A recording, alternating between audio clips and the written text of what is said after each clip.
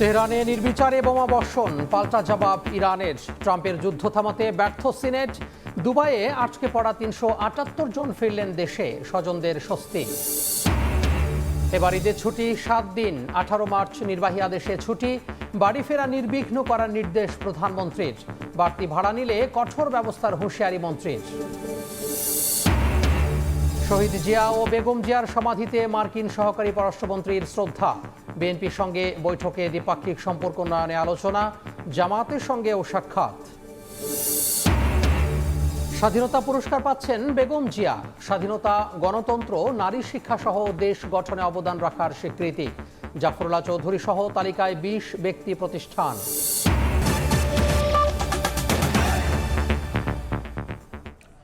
সময় সংবাদের সঙ্গে আছি আমি তোহা খান তামিম।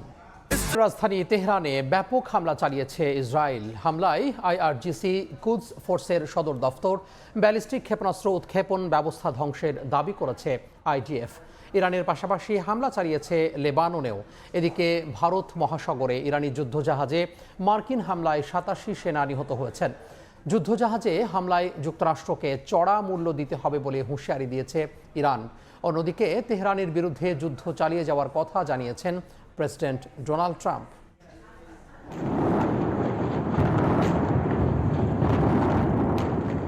ইরানের রাজধানী তেহরান সহ বিভিন্ন স্থানে হামলা অব্যাহত রেখেছে ইসরায়েল ও যুক্তরাষ্ট্র।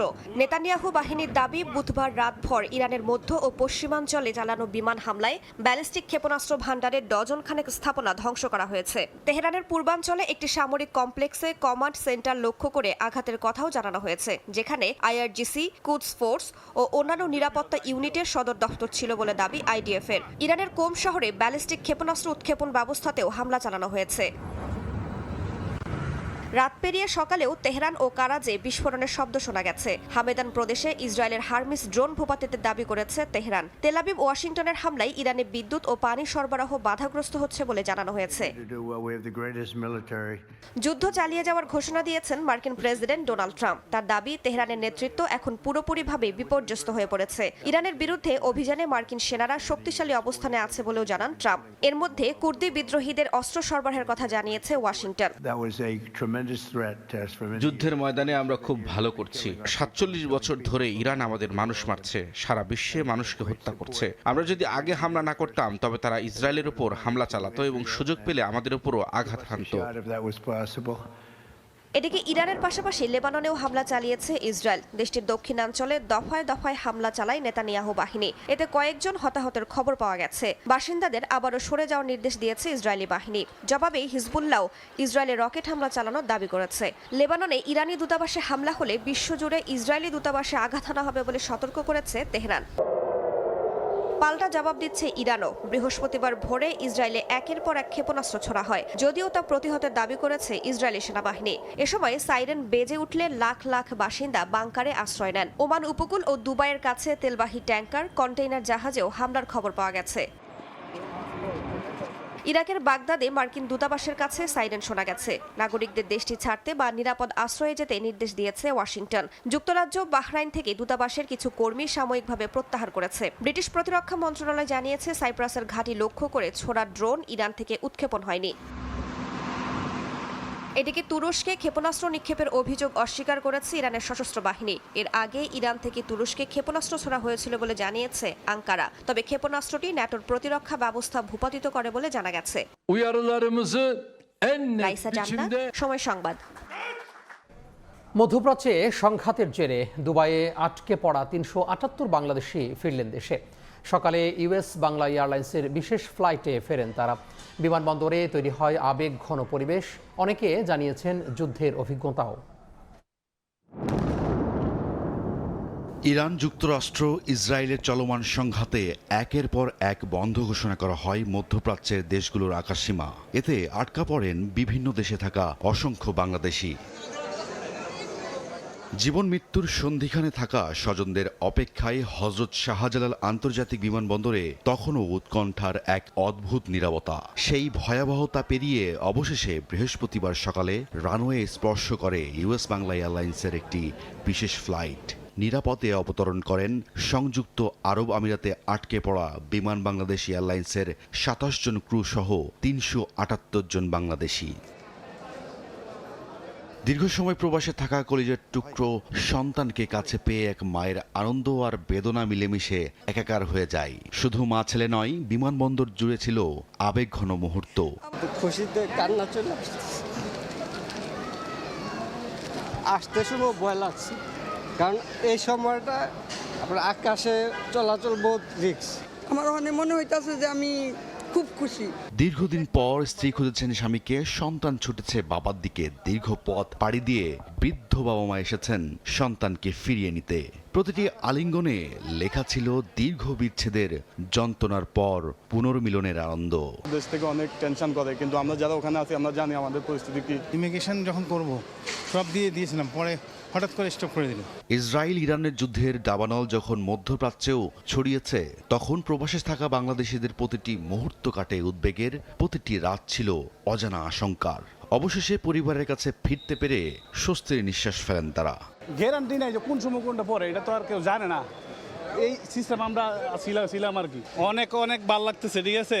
দুবাইতে কোনো বড় ধরনের কোনো আক্রমণ হয় না, একমাত্র যারা এই আমেরিকান ইয়েগুলি আছে, ঘাঁটিগুলি আছে, ওখানে দু জায়গায় আক্রমণ হয়েছে। বিকেলে ইউএস বাংলার আরেকটি ফ্লাইট ঢাকা দুবাই ঢাকা রুটে যাত্রা করবে।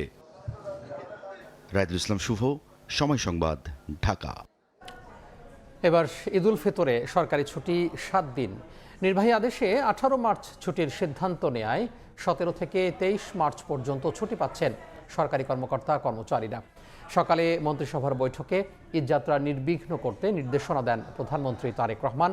সংসদে রাষ্ট্রপতির ভাষণে ফ্যামিলি কার্ড সহ সরকারের উদ্যোগ তুলে ধরার বিষয়েও আলোচনা হয়। সপ্তাহের শেষ কার্যদিবস বৃহস্পতিবার সকাল 9:15টায় সচিবালয়ে প্রবেশ করেন প্রধানমন্ত্রী তারেক রহমান। সকাল 10টায় শুরু হয় দ্বিতীয় মন্ত্রিসভার বৈঠক। 2 ঘন্টার বৈঠক শেষে প্রাথমিক ও গণশিক্ষা প্রতিমন্ত্রী ববি হাজ্জাজ জানান, 18 মার্চ নির্বাহী আদেশে ছুটির সিদ্ধান্ত হয়েছে মন্ত্রিপরিষদ সভায়। ঈদযাত্রা নির্বিঘ্ন করতে নির্দেশনা দিয়েছেন প্রধানমন্ত্রী। 18 মার্চ থেকে ছুটি, এটার সিদ্ধান্ত হয়েছে এবং এটা ফাইনাল চলে আসবে আপনাদের সামনে অতি শীঘ্রই। তথ্যমন্ত্রী জহিরুদ্দিন স্বপন জানান, সংসদের প্রথম অধিবেশনে রাষ্ট্রপতির ভাষণে ফ্যামিলি কার্ড সহ সরকারের নেওয়া পদক্ষেপগুলো তুলে ধরার বিষয়ে হয়েছে আলোচনা। প্রথম অধিবেশনে সরকারি দল হিসাবে, সরকার হিসাবে আমাদের যে সমস্ত সংশ্লিষ্টতা আছে সেই সব বিষয়ে মন্ত্রিপরিষদ একটা প্রস্তুতি গ্রহণ করেছে। ইতিমধ্যে আমরা যে সিদ্ধান্তগুলি নিয়েছি, ফ্যামিলি কার্ড, কৃষক কার্ড, তারপরে কৃষি ঋণ, সেগুলি রাষ্ট্রপতির ভাষণের মধ্যে সরকারের এই সমস্ত পদক্ষেপগুলিকে রাষ্ট্রপতির ভাষণের মধ্যে দিয়ে যাতে প্রতিফলিত হয়, ইতিমধ্যেই যে প্রতিশ্রুতি এবং যেগুলি আমরা বাস্তবায়ন করার উদ্যোগ নিয়েছি, আমরা সে বিষয়ে আলোচনা করি। 12 মার্চ বসবে ত্রয়োদশ জাতীয় সংসদের প্রথম অধিবেশন। সংশ্লিষ্ট সকল মন্ত্রণালয়গুলিকে ডাকবেন। হাসান ওয়ালি, সময় সংবাদ, ঢাকা।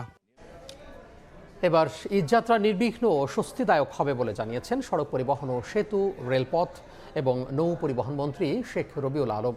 দুপুরে সচিবালয়ে 3 পথের দায়িত্বপ্রাপ্ত কর্মকর্তাদের নিয়ে আয়োজিত বৈঠক শেষে মন্ত্রী জানান, কেউ নির্ধারিত ভাড়ার বাইরে বাড়তি ভাড়া আদায় করলে সেই পরিবহনের রুট পারমিট বাতিল করা হবে। পচনশীল মালামাল ছাড়া মহাসড়কে ঈদের সময় মোট 9 দিন কোনো ট্রাক লরি চলবে না বলেও জানান সড়ক পরিবহন মন্ত্রী। ধর্মীয় উৎসব ঈদুল ফিতর উৎসবকে সামনে রেখে বরাবরের মতো এবারও ঢাকা ছাড়বেন কোটি মানুষ। বৃহস্পতিবার দুপুরে সচিবালয়ে রেল, নৌ ও সড়ক পথে দায়িত্বশীলদের নিয়ে বৈঠকে বসেন মন্ত্রী। বৈঠক শেষে মন্ত্রী জানান, নির্ধারিত ভাড়ার বাইরে বাড়তি ভাড়া নেবার সুযোগ নেই। কেউ বাড়তি ভাড়া দিতে বাধ্য করলে সেই পরিবহন মালিকদের শাস্তির আওতায় আনা হবে। ঈদ যাত্রা উপলক্ষে সড়কে চাঁদাবাজি করার কোনো সুযোগ নেই। আইন শৃঙ্খলা রক্ষাকারী বাহিনী, পরিবহন সেক্টরে যারা জড়িত সবাই তৎপর আছে। আমাদের মন্ত্রণালয় থেকে যারা এখানে মনিটরিং করার দরকার সেটা আছে, মোবাইল কোর্ট আছে। যাত্রী পরিবহন নির্বিঘ্ন করতে ঈদের আগেও পরে 4 দিন করে মোট 9 দিন মহাসড়কে ট্রাক ও লরি চলাচল বন্ধ থাকবে। এবার ঈদকে সামনে রেখে বেশ কিছু বিধিনিষেধ জারি থাকবে। ফিটনেস বিহীন গাড়ি যেগুলি আপনার অল্প সময়ের মধ্যে মেরামত করে যাত্রী প্রচুর চাপ থাকে বিধায় রাস্তায় তারা চলে আসতে পারছে, সেটা আপনার এই সমস্ত ওয়ার্কশপে নজরদারি করা হবে। সড়কের মতো একই রকম উদ্যোগ নেওয়া হয়েছে রেল ও নৌপথেও। দায়িত্বশীলরা আশ্বস্ত করেন, মানুষ যাতে কষ্ট না পায় যে কোনো মূল্যে সেটি নিশ্চিত করবে সরকার। এদিনও সড়কে চাঁদাবাজি রোধে কথা বলেন মন্ত্রী, বলেন কারো কাছে সুনির্দিষ্ট অভিযোগ থাকলে খতিয়ে দেখে ব্যবস্থা নেওয়া হবে। সেখানে উঠে পড়ছে। হাতিকুর রহমান তমাল, সময় সংবাদ, ঢাকা। ঢাকা সফরের দ্বিতীয় দিনে শহীদ রাষ্ট্রপতি জিয়াউর রহমান ও বেগম খালেদা জিয়ার সমাধিতে শ্রদ্ধা জানিয়েছেন মার্কিন সহকারী পররাষ্ট্রমন্ত্রী পল কাপুর। এ সময় কয়েক মিনিট নীরবতা পালন করেন তিনি। এর আগে গুলশানে বিএনপি নেতাদের সঙ্গে বৈঠক করেন মার্কিন সহকারী পররাষ্ট্রমন্ত্রী। দ্বিপাক্ষিক সম্পর্ক উন্নয়ন নিয়ে আলোচনা করেন তারা। এদিকে সকালে পল কাপুরের সঙ্গে বৈঠকের পর জামাত নেতারা জানিয়েছেন যুক্তরাষ্ট্রের সঙ্গে করা বাণিজ্য চুক্তি সরকারের এগিয়ে নেওয়া উচিত। ঢাকা সফরের দ্বিতীয় দিনে রাজনৈতিক দলের সঙ্গে বৈঠক শেষে বৃহস্পতিবার দুপুরে শহীদ রাষ্ট্রপতি জিয়াউর রহমান ও বেগম খালেদা জিয়ার সমাধিতে শ্রদ্ধা নিবেদন করেন মার্কিন সহকারী পররাষ্ট্রমন্ত্রী পল কাপুর। এ সময় কয়েক মিনিট দাঁড়িয়ে নীরবতা পালন করেন তিনি। এর আগে সকাল 11টার দিকে গুলশানের বিএনপির স্থায়ী কমিটির সদস্য ডক্টর আব্দুল মঈন খানের নেতৃত্বে 4 সদস্যের প্রতিনিধি দলের সঙ্গে পলের বৈঠক শুরু হয়। ঘণ্টাব্যাপী বৈঠক শেষে মঈন খান জানান, দুই দেশের সঙ্গে পারস্পরিক রাজনৈতিক ও অর্থনৈতিক সম্পর্ক এবং পররাষ্ট্রনীতি নিয়ে আলোচনা হয়েছে। এছাড়াও বিএনপি সরকারের পলিসি নিয়ে আলোচনা হয়েছে বলে জানান মঈন খান। আজকে আমরা যে বিষয়গুলো নিয়ে আলোচনা করেছি সেগুলো মূলত দুটি দেশের জনগণের মধ্যে পারস্পরিক যে সম্পর্ক, সে সম্পর্কের বিষয়গুলো এবং ভবিষ্যৎ যে সরকার, সেই সরকারের যে নীতিমালার বিষয়গুলো। সকাল 7টায় মার্কিন দূতাবাসে জামায়াতের প্রতিনিধি দলের সঙ্গে বৈঠক হয় পল কাপুরের। জামায়াতের প্রতিনিধি দলের নেতৃত্ব দেন দলটির নায়েবে আমির সৈয়দ আবদুল্লাহ মোহাম্মদ তাহের। পরে দলটির কেন্দ্রীয় কার্যালয়ে তিনি বলেন, দ্বিপাক্ষিক বাণিজ্য বৃদ্ধি এবং দেশের তরুণদের কর্মসংস্থান সম্প্রসারণ নিয়ে আলোচনা হয়েছে। বাংলাদেশ তার ইন্টারেস্টকে রেখেই সকল বিশ্বের সব দুনিয়ার লোকদের সাথে সুসম্পর্ক চায়। বাণিজ্য চুক্তির ভিতরে কতিপয় জিনিস আছে যেগুলো বাংলাদেশের জন্য প্রয়োজন, তো অতটুকুকে তো এই সরকারকেও ক্যারি অন করতে হবে। ইরান যুদ্ধের শান্তিপূর্ণ সমাধান প্রত্যাশার কথাও জানিয়েছে জামায়াত। যে আমরা যুদ্ধবিরোধী, যে দেশের সাথে যারাই হোক আমরা পিস চাই। শাহিন আলম, সময় সংবাদ, ঢাকা।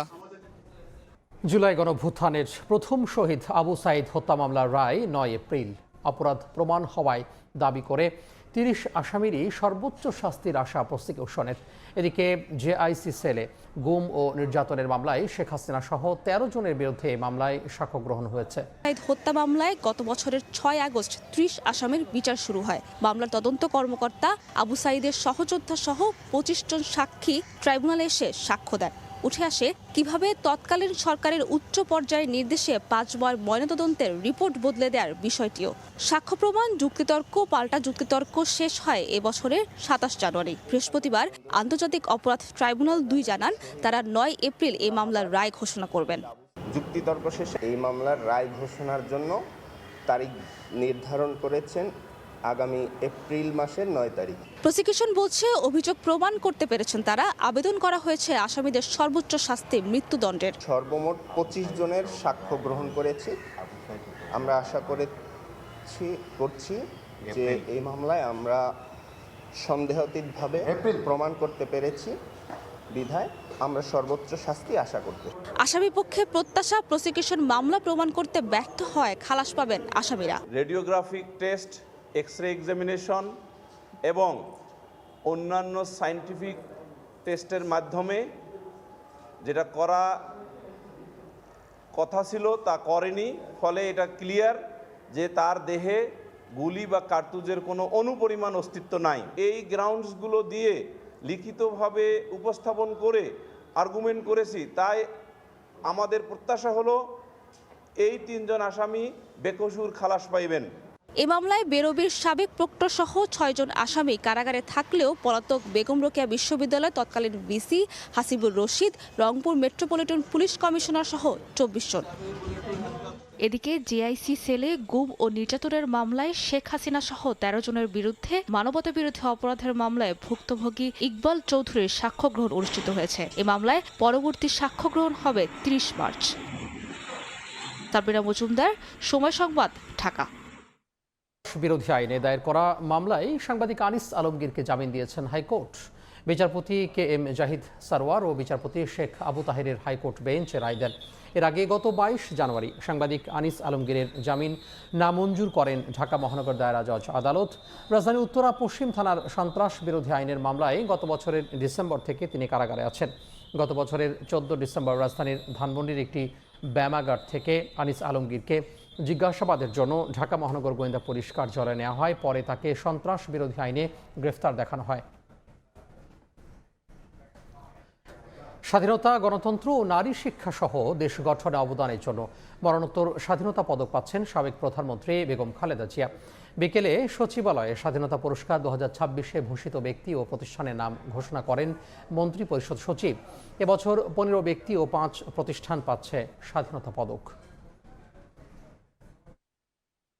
দেশের গণতন্ত্র প্রতিষ্ঠায় স্বামী বিএনপির প্রতিষ্ঠাতা শহীদ রাষ্ট্রপতি জিয়াউর রহমানের মতোই রাজনীতিতে নামেন বেগম খালেদা জিয়া। 90-এর স্বৈরাচার বিরোধী আন্দোলনে নেতৃত্ব দিয়ে জনতার মন জয় করে হয়েছিলেন দেশের প্রথম নারী প্রধানমন্ত্রী। জীবন সায়ান্নেও শাসকের জুলুম তাকে সরাতে পারেনি গণতন্ত্র প্রতিষ্ঠার আন্দোলন থেকে। আজীবন গণতন্ত্রের আপসহীন নেত্রীকে তাই তার বিদায়ে অবিস্মরণীয় বিদায় জানায় পুরো জাতি। এবার স্বাধীনতা, গণতন্ত্র ও নারী শিক্ষা সহ দেশ গঠনের সার্বিক অবদানের স্বীকৃতি হিসেবে রাষ্ট্র তাকে ভূষিত করল মরণোত্তর স্বাধীনতা পুরস্কারে। এবছর স্বাধীনতা পুরস্কারের তালিকায় থাকা ব্যক্তিদের 7 জনই মরণোত্তর। বেগম খালেদা জিয়া ছাড়াও মুক্তিযুদ্ধে অবদানের জন্য মেজর মোহাম্মদ আব্দুল জলিল, সাহিত্যে ডক্টর আশরাফ সিদ্দিকী, সংস্কৃতিতে বশির আহমেদ, সমাজসেবা ও জনসেবায় ডাক্তার জাফরুল্লাহ চৌধুরী ও মাহেরিন চৌধুরী এবং জনপ্রশাসনে কাজী ফজলুর রহমান পাচ্ছেন মরণোত্তর স্বাধীনতা পুরস্কার। এছাড়াও বিজ্ঞান ও প্রযুক্তিতে অধ্যাপক ডক্টর জহুরুল করিম, সংস্কৃতিতে হানিফ সংকেত, ক্রীড়ায় জোবেরা রহমান, সমাজসেবা ও জনসেবায় মোহাম্মদ সাইদুল হক, গবেষণা ও প্রশিক্ষণে মোহাম্মদ আব্দুল বাকি পিএইচডি, অধ্যাপক ডক্টর এম এ রহিম ও অধ্যাপক ডক্টর সুকোমল বড়ুয়া এবং পরিবেশ সংরক্ষণে আব্দুল মুকিত মজুমদার বাবু পাচ্ছেন স্বাধীনতা পুরস্কার।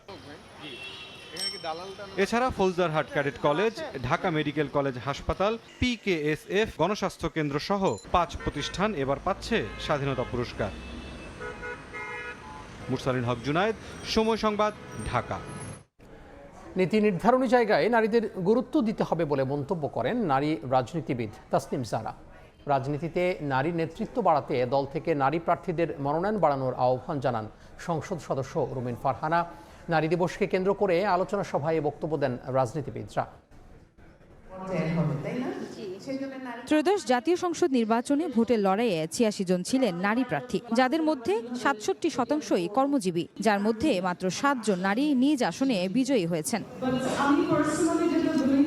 বৃহস্পতিবার সকালে গুলশানের এক হোটেলে আন্তর্জাতিক নারী দিবসকে কেন্দ্র করে সাম্প্রতিক জেন্ডার ভিত্তিক সহিংসতার চ্যালেঞ্জ নিয়ে আলোচনার সভার আয়োজন করে অ্যাকশন এইড ও প্রথম আলো। ত্রয়োদশ জাতীয় নির্বাচনে নারী প্রার্থীদের অংশগ্রহণ ও ভোটে নারী ভোটারদের প্রভাব নিয়ে কথা বলেন আলোচকরা। তারা বলেন, জাতীয় নির্বাচনে নারীদের অংশগ্রহণ ভোটের চিত্র পাল্টে দিয়েছে।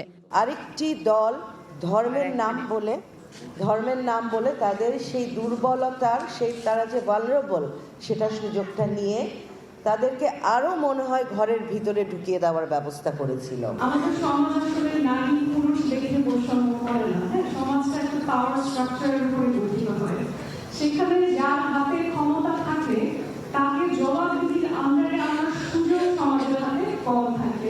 এ সময় নির্বাচনে শুধু অংশগ্রহণ নয়, বরং নীতি নির্ধারণী জায়গায় নারীদের গুরুত্ব দিতে হবে বলেও মন্তব্য করেন নারী নেত্রী তাসনিম জারা। এদিকে যেসব রাজনৈতিক দলগুলো রাজনীতিতে নারীদের মূল্যায়ন করে না, তাদের ভোট না দেওয়ার আহ্বান জানান সংসদ সদস্য রুমিন ফারহানা। আমাদের যে ব্যবস্থাটা আছে সেই ব্যবস্থাটা ইকুয়াল অ্যাপ্লিকেশন প্রয়োজন, সবার জন্য যাতে একটা লেভেল প্লেইং ফিল্ড থাকে, তখন আমরা নারীদের অংশগ্রহণ এবং সিদ্ধান্ত গ্রহণ প্রক্রিয়াও যাতে তারা থাকেন সেটার আমরা সেই জায়গায় আমরা উন্নতি দেখব। এবং শুধু নারী না, আরও যারা আন্ডার রিপ্রেজেন্টেড কমিউনিটিজ আছেন, যখন লেভেল প্লেইং ফিল্ডটা আমরা এনশিওর করতে পারবো তখন আমরা এই রিপ্রেজেন্টেশনটা বাড়তে দেখব। একটি দল 0% আর আরেকটি দল 3% নারীকে মনোনয়ন দিয়েছে।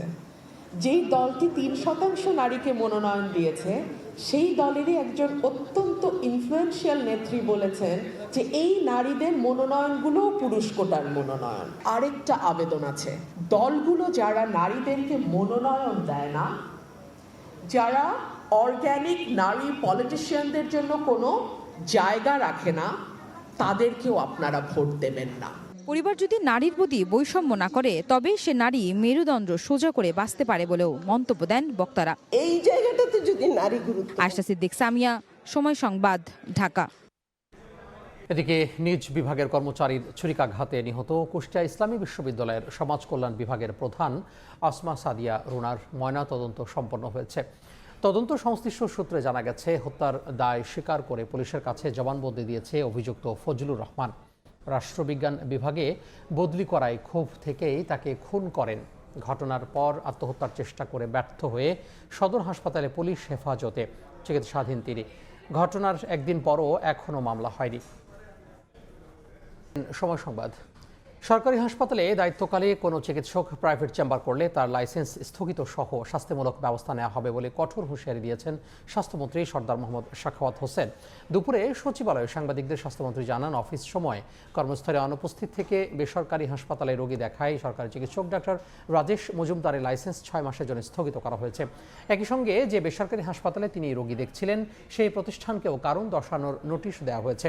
মন্ত্রী বলেন, বিষয়টি সংবাদ মাধ্যমে প্রকাশিত হলে প্রধানমন্ত্রীর নির্দেশনা অনুযায়ী দ্রুত প্রশাসনিক ব্যবস্থা নেওয়া হয়েছে।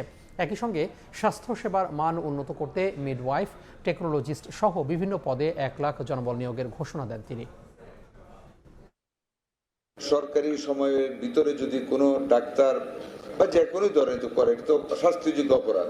যেহেতু আমরা স্বাস্থ্যে কোনো ডাক্তার যদি ওনার ডিউটিরত অবস্থায়, ডিউটি থাকাকালীন অবস্থায় যদি সরকারি সময়ের ভিতরে ডিউটি রেখে যদি বাইরে গিয়ে কোনো প্র্যাকটিস করেন, the same thing shall be taken. আমরা এবার লাইসেন্স স্থগিত করে দেব যাতে করে আর প্র্যাকটিসটা করতে পারে। অন্তর্বর্তী সরকারের সাবেক 2 উপদেষ্টা ইলেকশন ইঞ্জিনিয়ারিংয়ে যুক্ত ছিলেন বলে অভিযোগ করেছে জামাত ইসলামী। দুপুরে মগবাজারে দলটির কেন্দ্রীয় কার্যালয়ে সংবাদ সম্মেলনে অভিযোগ করেন দলটির নায়েবে আমির ডাক্তার সৈয়দ আব্দুল্লাহ মোহাম্মদ তাহের। সাবেক 2 উপদেষ্টাকে দ্রুত জিজ্ঞাসাবাদের আওতায় আনার আহ্বান জানান তিনি। সরকারের পক্ষ থেকে ডেপুটি স্পিকার পদে নাম প্রস্তাব প্রসঙ্গে সৈয়দ আব্দুল্লাহ তাহের বলেন, সংবিধানের আলোকে লিখিত প্রস্তাব পেলে এবং জুলাই সনদ বাস্তবায়নে সরকারের অবস্থান স্পষ্ট হলেই ভেবে দেখবে জামাত।